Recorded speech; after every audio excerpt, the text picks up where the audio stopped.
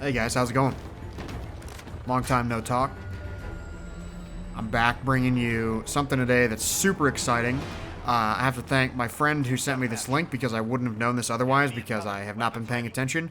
I'm sure it would have popped up eventually in my feed or something, but I would not have known. So, what we're talking about today is they revealed, surprisingly, they revealed not only the name, but the look of the new Xbox. And it's called the Xbox Series X, which is an interesting name. I don't hate it necessarily. I think it's, it's kind of okay. I've seen some mixed reactions to it already. People saying, like, the name sucks, but the console itself is cool. Whatever kind of stuff. So, I'm just going to kind of go through this article here. Now, this article is from, I'll link the article. It's from The Verge. And there was some interesting controversy with The Verge recently where they actually built a custom PC and they just absolutely botched it. Like, it was so bad, people thought it was a troll video, but it turned out it was not. It was actually a guy and some people who made this video who genuinely thought that was the correct way to build a PC, and they messed up a bunch of stuff, and they did some things that were not really okay. And in the grand scheme of things, it would still work necessarily, but some of the stuff was just so atrocious that it really just kind of made people scratch their heads, and it caused a huge stir. So just take that with a grain of salt. But I did see a couple of other articles there, but I'll just link you this one because this is the one that I read. So they're officially calling it. They revealed it today. Let me see where it was. It was at the Game Awards today, and this was a surprise thing. No one knew this was coming. I personally am pretty surprised that they would do this right now. Makes very little sense. I know they want to be the first, but like, there's already so much hype around this thing. I can't believe they announced it now and in something like this. I don't really know what they were thinking, but obviously they have a plan. So they're calling it the Xbox Series X is what they're calling it. Like I said, I don't really hate the name. It could, whatever. What else are they going to call it? I don't think anyone else can think of that many good things to call it, but so this article says that it looks far more like a PC than anything we've seen before, and I have to agree with that. It definitely looks like a PC. The first thing I thought of when I saw it was the Corsair One. So that's a all-in-one that Corsair has built. Well, not all-in-one. I don't really know what to call it, but it's basically exactly like this design. And yes, there was a trailer, and we're gonna play the trailer so we can take a look at it right now. So let's do that right now, and we can react to that.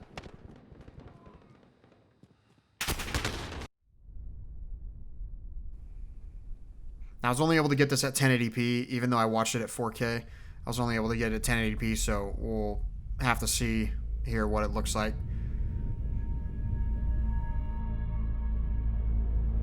Let's suppose that you were able every night to dream any dream you wanted to dream.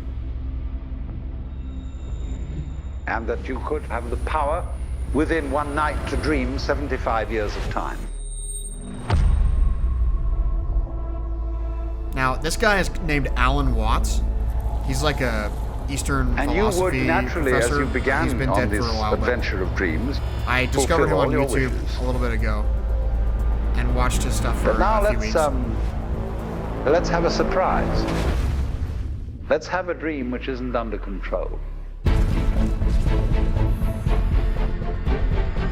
And then you would get more and more adventurous. And you would make further and further out gambles as to what you would dream. Some of these vistas are finally, absolutely you would breathtaking dream. like that. Dude. Where you are now.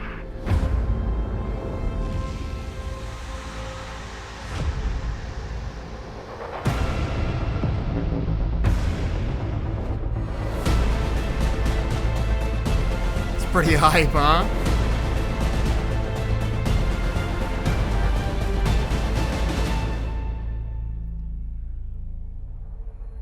Pretty frickin' hype, bros.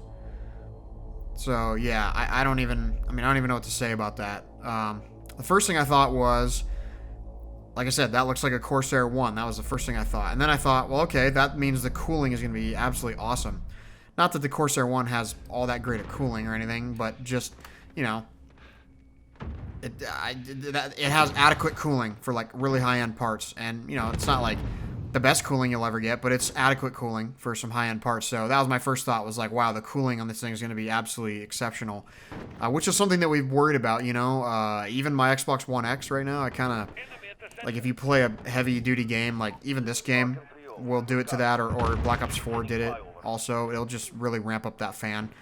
And even though it has a vapor chamber and stuff, it's an old process. It's a big process. I think it's on 28 nanometers still, which is quite huge, whereas this next one's going to be on 7 nanometers, so it's going to be, you know, it's not exactly this, because these numbers don't actually mean that, but it's, you know, it's going to be about a quarter the size in practice, or in theory, not necessarily in practice. But that was my first thought. I was like, wow, the cooling's going to be so good on this thing. It's going to be absolutely whisper quiet. And then my second thought was, where am I going to put that? I have nowhere to put that. That is not going to fit in my little entertainment center that I have for my TV. And like, it's not going to go on the top of it, because then it blocked the view of the TV. So that was my second thought, was like, where am I going to put that thing? That's ridiculous. And I started looking at it, and it looks like, you know, you could run it sideways also. And it does say that in the article. It says you can run it sideways. It says it's meant to be used horizontally or vertically, which is, I don't know. But, yes, I'm going to kind of briefly go through this article a little bit. So, you know, it says that the console itself is designed to be used in both vertical and horizontal orientations. You know, and of course, just reiterating what Phil Spencer has said, which is it's going to be, quote, 4 times the processing power of Xbox One X, which I keep saying this, and I know this, I almost know this is true. You know, you can just do the math. What they're talking about is twice the CPU power and twice the graphics power. That's what they're talking about. That means 4 times the power.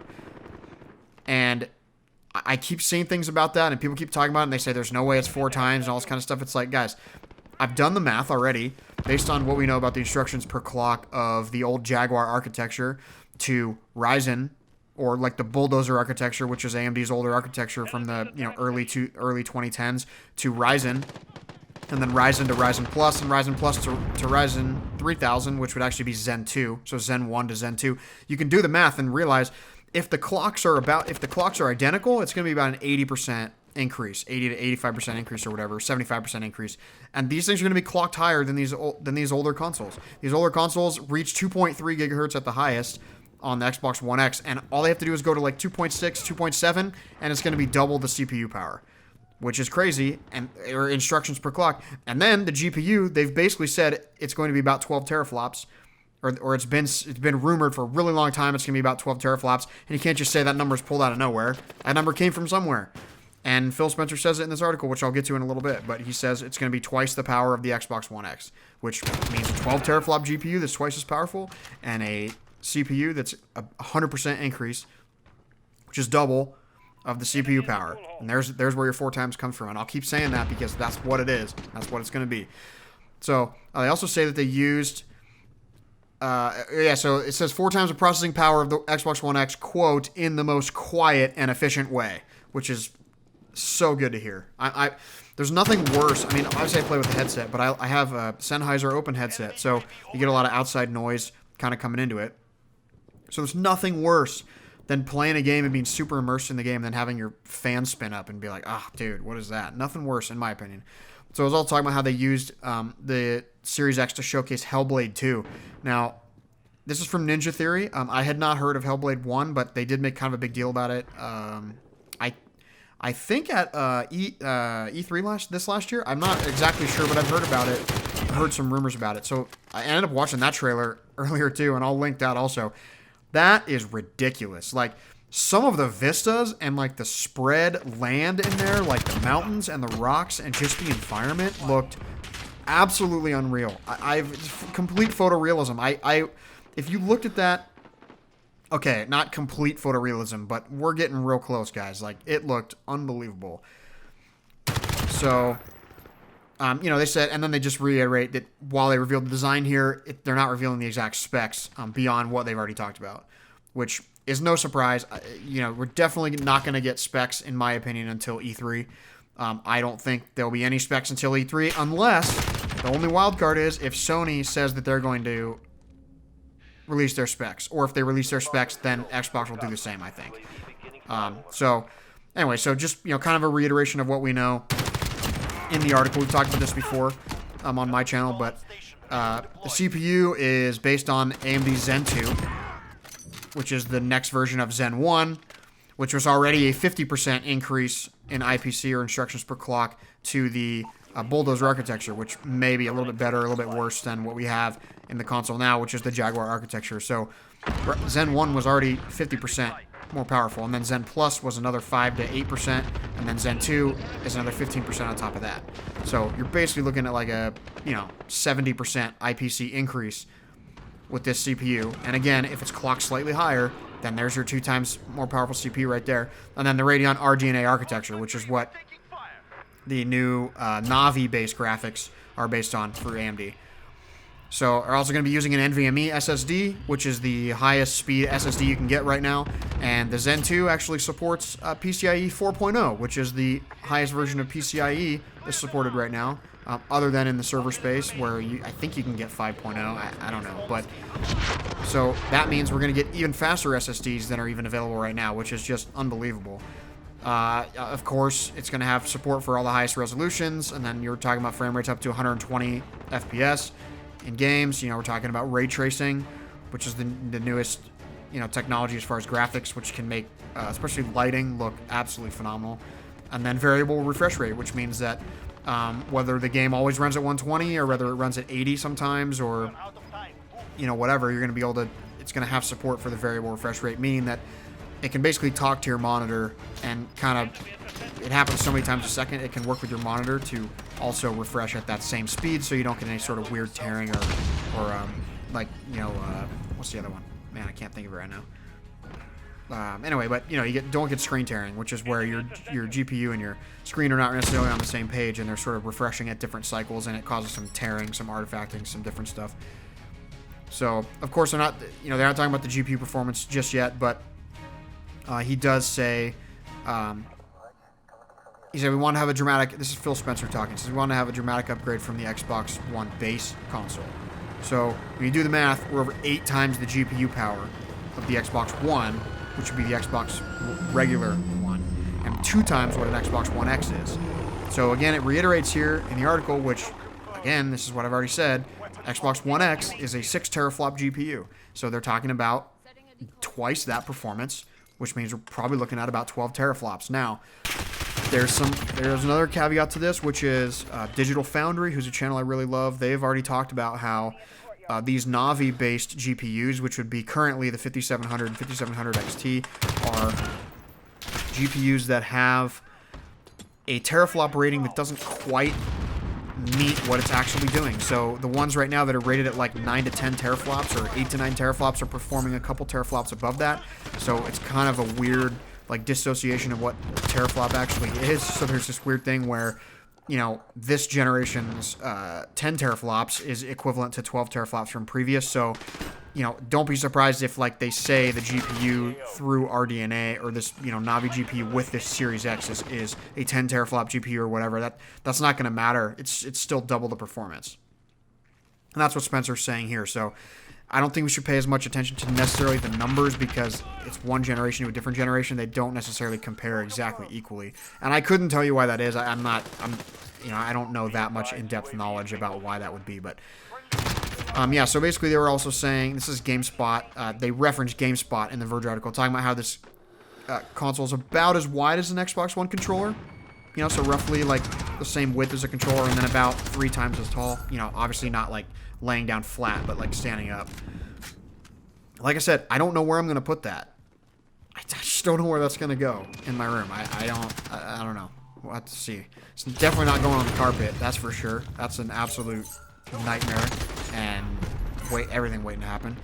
So they also talked about a new wireless controller today. So it's basically the size and shape have been changed a little bit, kind of refined, so as to accommodate an even wider range of people. Also features a new share button, which is something that Sony got right last time. So you can capture screenshots and game clips and do that really simply.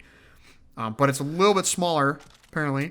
But it's still going to, according to GameSpot, at least, it's still going to have the rumble triggers. So it will work with existing Xbox consoles, and then, of course, Windows 10 PCs, and then it's going to ship with every Series X. So the Series X also, this is something that made me really really excited. And this is something that just recently happened on the PC space through AMD's newest drivers. And it's basically, it's two things.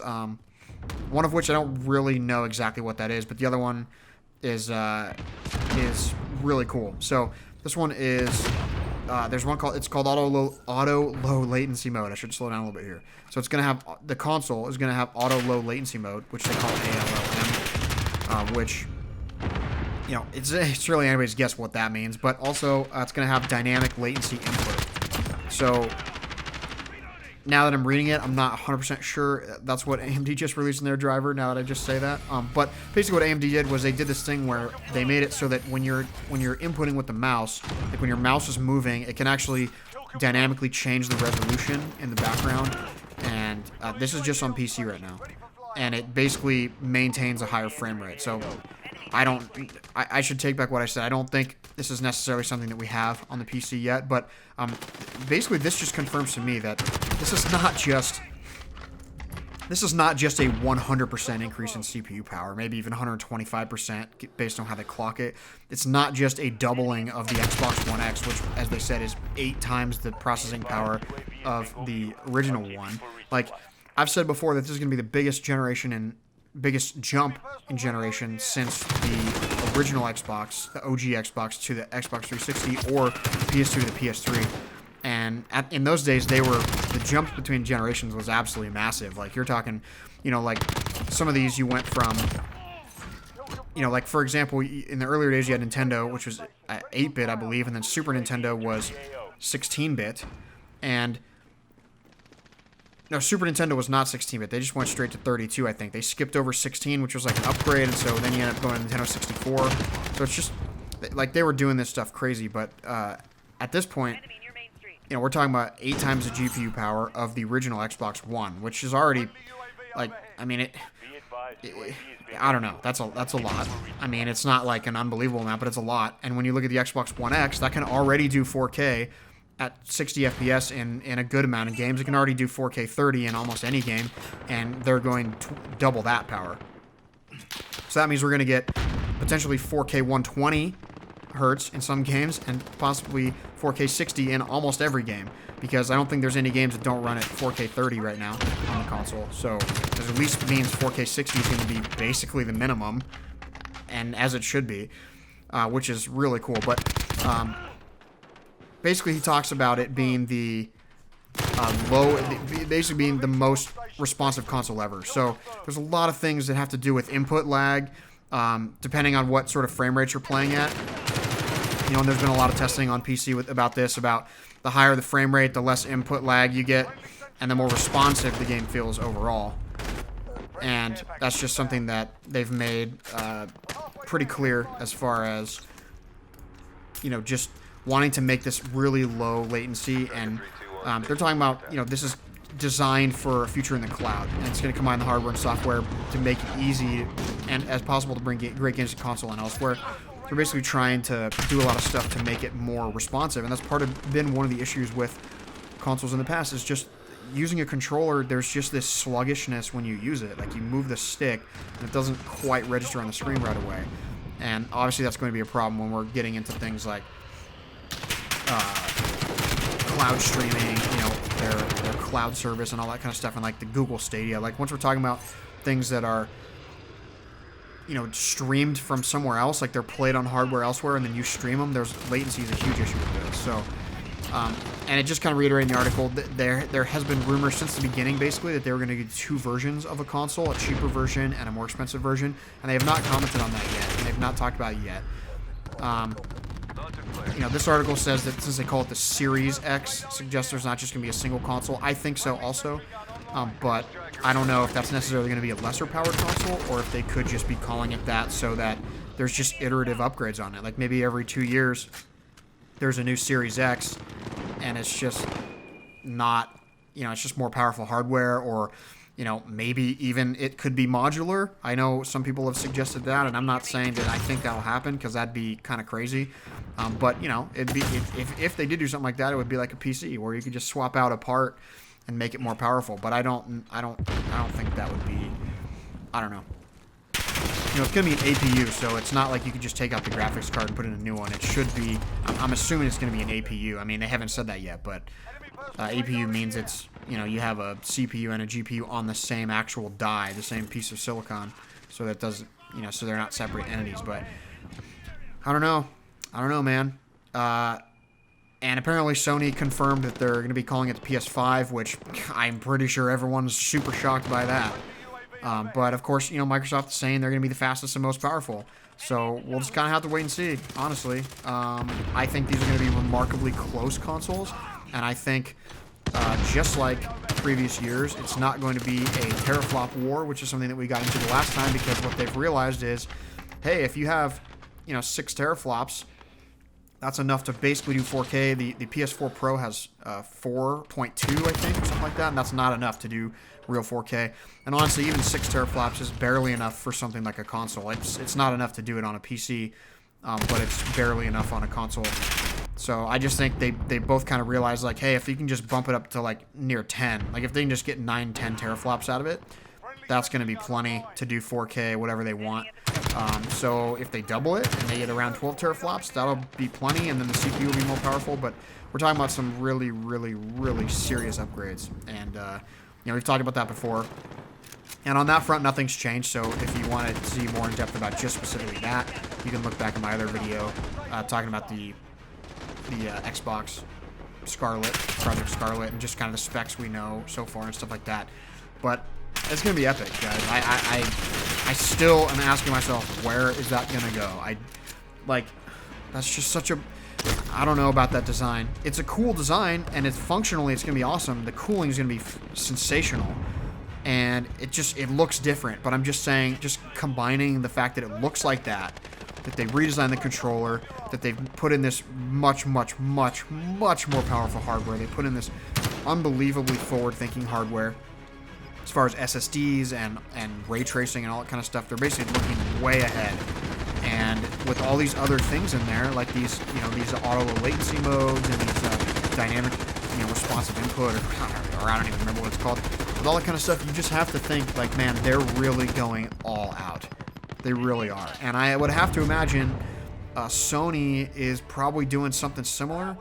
That Sony's made a big talk already about their 3D audio that they want to do, which is going to be, a big deal. And you can even use ray tracing for that, so that you can trace quite accurately exactly where the sounds are going to go and stuff. But I would have to imagine both these consoles are going to be wickedly powerful. And I feel like this time around it's going to be a frequency war again, Sony will come out and say, well, ours is going to do 3.4 gigahertz, and then Microsoft will come out and say, well, ours goes up to 3.6, and I think it's going to be a frequency war, personally. But either way, we all benefit from this. There's competition between these two, and it sounds to me like Microsoft is going absolutely balls to the wall with this and just sinking all the money they can into this and just kind of going for broke. Because just like the amount of dedicated resources, like to specifically work with AMD and their own engineers on specific things just for the console. Really, really sick, man. So anyway, thanks guys for being here. Check it out. I'll link the stuff down in the description. I'm going to link that the Hellblade 2 also. So the article will be down there. The trailer will be down there if you want to watch it in actual 4K, which I recommend you do if you have a 4K TV or something. You can see that. And then same for the Hellblade trailer, Hellblade 2. If you can watch that in 4K, please do. It looks ridiculous. So, anyway, all right. See you guys later.